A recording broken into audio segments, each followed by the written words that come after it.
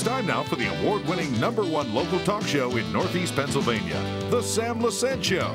Now here's your host, Sam Lesante. Well, folks, he was elected president of the freshman class of the U.S. Congress, 49 Democrats. He beat Bill Holden, and he is my guest today. He's Congressman Matt Cartwright, and so happy to have you on the show, Matt. Nice to be here, Sam. Thanks for having me. They tell me so many great things about you. He's brilliant, he's smart, he's this, and I said, he can't be that smart. He ran for office. No, we hear a lot of great things, and I appreciate you coming on the show because I've mentioned many times, where is our Congressman Matt Cartwright, and we finally got you on the show. Well, it's nice of Congressman Barletta to let me come on this show. You got permission from him? Okay. That's right. When you ran, it was an interesting campaign, particularly in Schuylkill County areas where, you have a person who's been there for years, Congressman Holden, and you had to have a platform to get to the people and get their attention. And primarily, what were the key things that you focused in on? Oh, well, I think that the first thing you need to realize is that Congressman Holden, the redistricting was a huge piece of that puzzle for that election. He got violently redistricted out of his home territory. In fact, our calculations showed that 86% of the district was new to him. He kept Schuylkill County, where he has been and remains an institution in Schuylkill County for some of the wonderful things that he and his staff have done there. But they really violently redistricted him north and east, really into my backyard, Luzerne and Lackawanna counties, which ended up being almost 60% of that primary demographic. So the biggest story there is that geography dictated that election more than anything else. Well, I can appreciate that. And for years, Congressman, I've been telling my viewers, vote for qualifications of the person. I don't care whether you're pink, blue, or turquoise, or Democrat, Republican. It doesn't make any difference to me.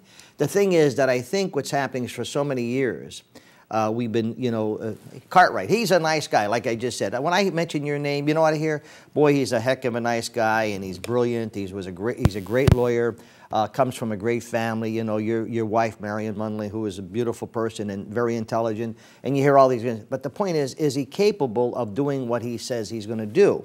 And your area is a little different, as I discussed with you prior to the show, a lot different than Tennessee and Louisiana. So we have concerns in our area, and what do we do? What are some of the areas that you want to focus on? And hopefully we don't hear rhetoric.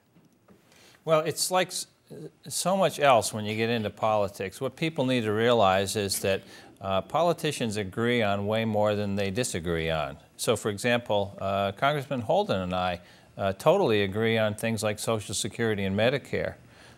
Social Security and Medicare are so important in northeastern Pennsylvania. I mean, we're talking about, for example, Schuylkill County is the only county that the 17th Congressional District has the whole county. And Schuylkill County has about 149,000 people who live there, and fully almost 40,000 people exist on Social Security. I mean, that's huge. That's probably the biggest proportion of Social Security recipients in any county in Pennsylvania. So we need to pay attention to that, and we need to remember these efforts to cut Social Security. I will fight very, very hard against them. I've signed a letter to the President last month saying, please do not cut Social Security, please do not cut Medicare. We have people who really, really depend on these programs. And when he goes to have dinner with the Republican leadership and lunch with Representative Ryan, you worry, when he talks about giving on entitlements, well, that's what he's talking about.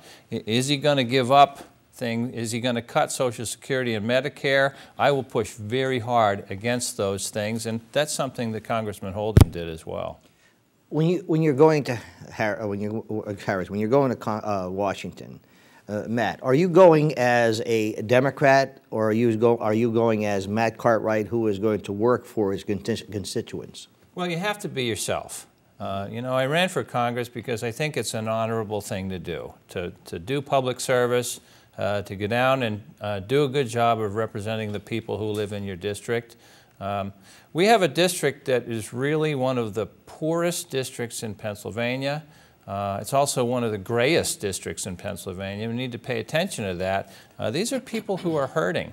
You know, you talk about nationwide, the unemployment is now 7.7%. It went down a little bit. But here in the 17th Congressional District, you're talking about over 10%. And in some pockets, particularly in Schuylkill County and also in Carbon County, you're talking, it's pushing 14%. So we need to be thinking about what can we do to get the economy moving again. We need jobs here.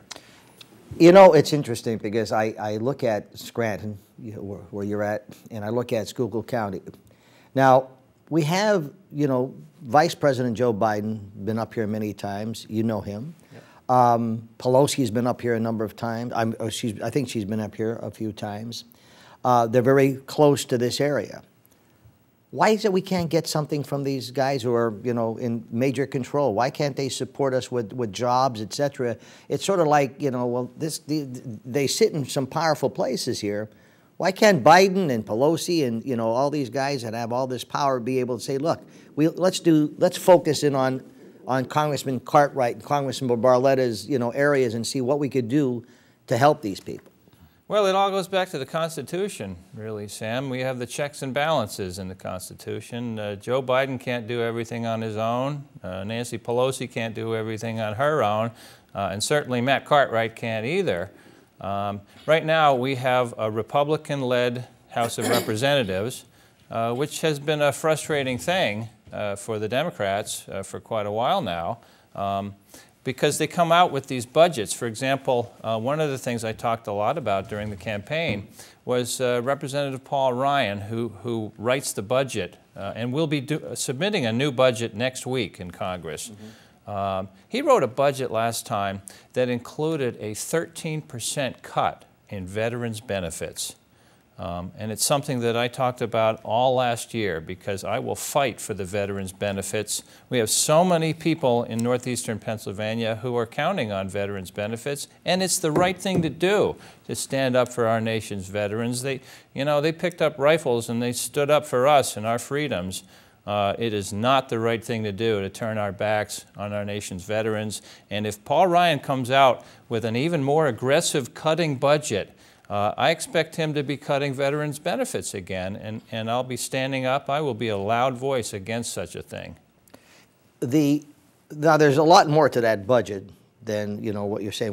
What you're presenting to me, I'm not aware of, okay, but evidently the Republicans have presented a number of budgets. The Senate doesn't seem to be moving in any direction from what I understand, but the Republicans have come up with a number of balanced budgets from what I understand. And what's your position on those budgets? Have you reviewed any of them? Well, as you mentioned in the question before, I'm really not an ideologue. I think what we have to realize that Republicans and Democrats, so many of them agree on so much, and we all want to do the right thing for the country. Democrats believe that balancing the budget is the right thing too. To me, it's a question of timing. What you want to do is avoid rushing into slashing and cutting too fast because it goes back to the economy. Because when we're at 10 and 12 and 14% unemployment here in northeastern Pennsylvania, you slash and cut the budget, that's going to have an effect on the economy. Now, the Congressional Budget Office, which is a nonpartisan group, it's not Democrat, it's not Republican, they came out with an analysis of the cutting for this sequester that's going on right now. This sequester, they're talking about cutting between 5 and 8% in a lot of different government programs, including defense spending. And we're talking about a cut of up to 750,000 jobs, and in some estimates, 1.5 million American jobs. Now is not the right time to be cutting. What we need to be doing is investing in America. It's a great time to borrow money. Interest rates are so low right now. Now is the time to be investing, not cutting back. So when we see budgets coming out from the far hardline right-wingers in Congress, All they want to do is cut, cut, cut. And again, they're people who have the best interests of America at heart. But my thought is that's the wrong way to go about it. The way to get out of our financial and fiscal problems is to get the economy revved up and moving again. Get our people back to work. Reduce that unemployment rate, get people paying taxes again, paying into Social Security, paying into Medicare, revitalizing these programs, building our roads and bridges and our infrastructure, building up our education system. Now is the time to invest in America, and my attitude is we have to be bullish on this country to bring ourselves back to the position where we're the strongest nation on earth. Folks, I'm talking to Congressman Matt Cartwright from the 17th Congressional District. Let's come back and talk about the things he's talking about. It's easy to talk about these things. We've heard them for years. We want to do this, we want to do this, we want to do this, we want to do this, but it seems nothing's ever getting done. Do the Democrats have a plan? And what is Matt Cartwright's plan to bring jobs, to do the things that he's saying he's going to do? Stay with us. Welcome back to the Sam Lesante Show, folks. Remember, 24/7 SSPTV.com. You can watch any one of the shows that we produce. And remember that all around the town, folks, is doing extremely well. Getting a lot of great comments on that, as well as the girls. And our news, Local News 13, once again, up to about 25,000 households per day. We appreciate that very much. My guest today, Congressman Matt Cartwright, freshman in Congress and doing a great job so far. Made him president of the 49 Democrats and a lot of important committees. Matt, as we discussed, we've been hearing for years, and I guess one of the reasons why Congress in general has a 10, 11% approval rating in the country. Individually, everybody, they like the individual Congress, but collectively they say, we hear the same old stuff. It's the Democrats come out with this, the Republicans come out with this. They want to stay, it's like we're all for Social Security, for Medicare, we're for this, we're for that, we're for this. But what plan, when you run a business, and you were involved in small business, you have to present a pro forma, you have to present a plan. This is what I think will happen if we do this. Okay, what plan do we have to create more jobs in school in your 17th congressional district? Well, to me, obviously, as we mentioned before, it goes back to the Constitution. We have the separation of powers. And when I go into Congress, I'm fully aware that I'm only one of 435 votes on the floor of the House of Representatives. So the question is, how can I make myself the most effective? And the answer is make friends. Make a lot of friends right away. I've been working at that. You have long-term goals. You're not going to have a problem. You won't have a problem, Matt. Well, that's good of you. And it's really something that Joe Biden has made a great example of. I mean, he's so affable, and everybody likes him. And when the president reaches a stalemate, what does he do? He sends Joe Biden over to the Capitol Hill. But those are the intermediate goals. You have your long-term goals, but an intermediate goal is to make friends with as many representatives in Congress as you can. I've done that with the Democrats, and I'm very proud that they made me the president of the incoming Democrats. But I'm also making friends with Republicans, because there are a great many moderate Republicans that I like and that I agree with on so many issues. And I'm getting to know them. So, for example, it was on the State of the Union. I went over and I sat with the Republicans for the State of the Union. It's kind of something that they do from time to time, and I enjoyed that. And it's funny, my son Jack, he texted me in the middle of the speech, and he said, Sam, he said, OMG, Dad, I just saw you. You're the only one standing on the Republican side.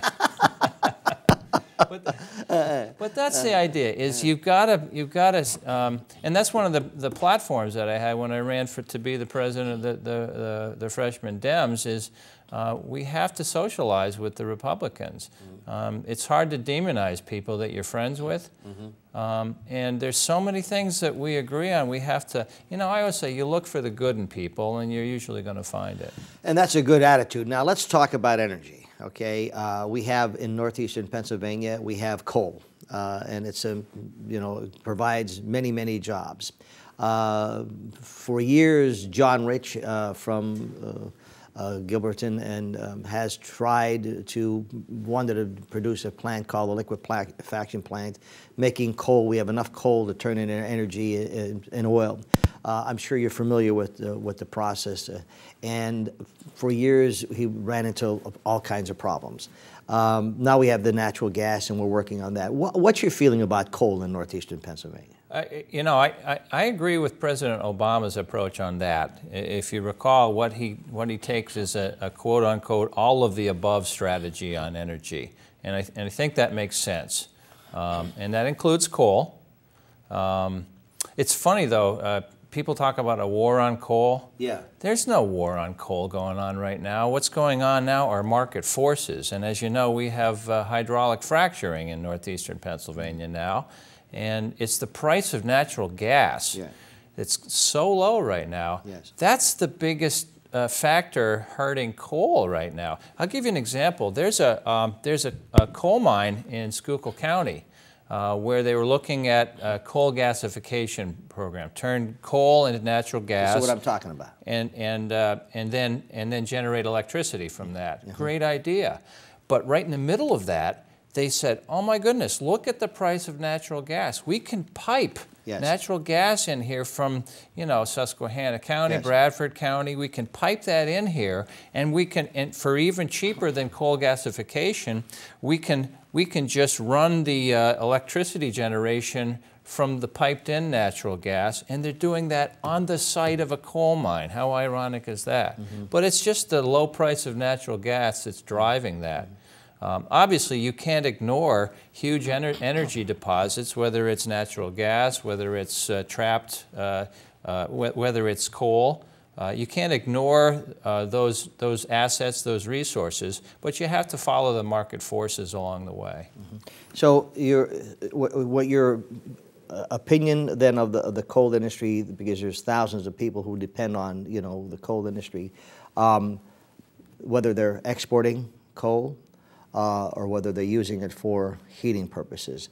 And you're right, because I was talking to John yesterday, and with the price of gas these days, it's just very low, and that's the competition, not really, you know. But Congress is coming, or the regulations today are practically making these coal industries go out of business.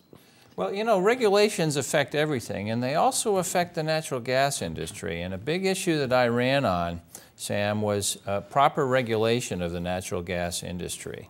It's something that that I made a very big issue in the campaign, is that that the oil and gas companies have an exemption from the Clean Water and Clean Air Acts that makes them exempt from a lot of environmental regulations. I don't think that's necessary. I don't think that's proper. I think that we here in northeastern Pennsylvania are entitled to clean water and clean air. And so, for example, there's the Halliburton loophole that exempted oil and gas concerns from having to reveal what toxins they use in their extraction process. Well, we're talking about natural gas extraction, hydraulic fracturing, or fracking as they call it.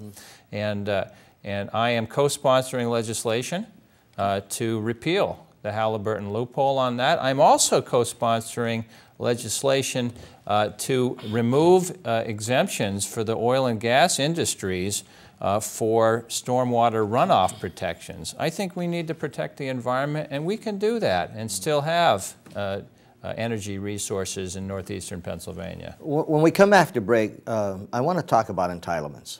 Okay, I want to talk about what's happening, you know, what we're seeing in entitlements and what your thoughts are on that. And I also want to talk about a little bit more about how, you know, how we can become less dependent on foreign oil, okay? Right. Folks, I'm talking to Congressman Matt Cartwright. Very happy to have him on the Sam Lesante Show. We'll be back right after this. Welcome back to the Sam Lesante Show, folks, and thank you so much for those people who are watching us in the once in a while we show the show in the Harrisburg area and getting a lot of nice comments down there. My guest today, Congressman Matt Cartwright, folks, from the 17th Congressional District. He's the president of the freshman class and a lot of important committees. And you're going to have no problem making friends down there, I assure you, Matt. But Matt, some of the things that most people get frustrated on. I'm for one that loves to help people. When you need help, I think we should be there. We've helped so many countries, and I think that's important. But I think what's happening, the frustrations that we're seeing is the abuse of the access card, the abuse of the welfare system, where people are just abusing them, coming in, milking the system, where you have families today with the high price of energy and trying to, they're out working, and then they see these people come in and just abuse the system. Is there anything being done about that? Well, one thing that I'm very proud to have been appointed to is the what we call the Oversight and Government Reform Panel.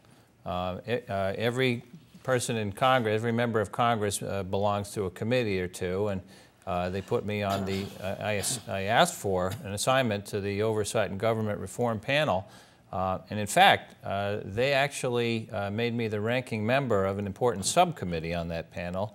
And it's the subcommittee that deals with government regulation and economic development and job creation. So we see a lot of these things. It's something. It is a charge of the Oversight and Government Reform Panel to look into charges of waste, fraud, and abuse, such as what you're talking about. Do we cancel Social Security because we know some people are taking advantage of it? Yeah. Of course not. No. Because there's so many honest and honest people who work their whole lives who deserve, who paid into that system and deserve to get out of it. And while we're on the question of Social Security, I want to mention there are going to be some proposals to raise the retirement age. There's all of these panicky people talking about Social Security is going out of business. Well, they've had doomsday, I call them doomsday dates for Social Security ever since the 70s.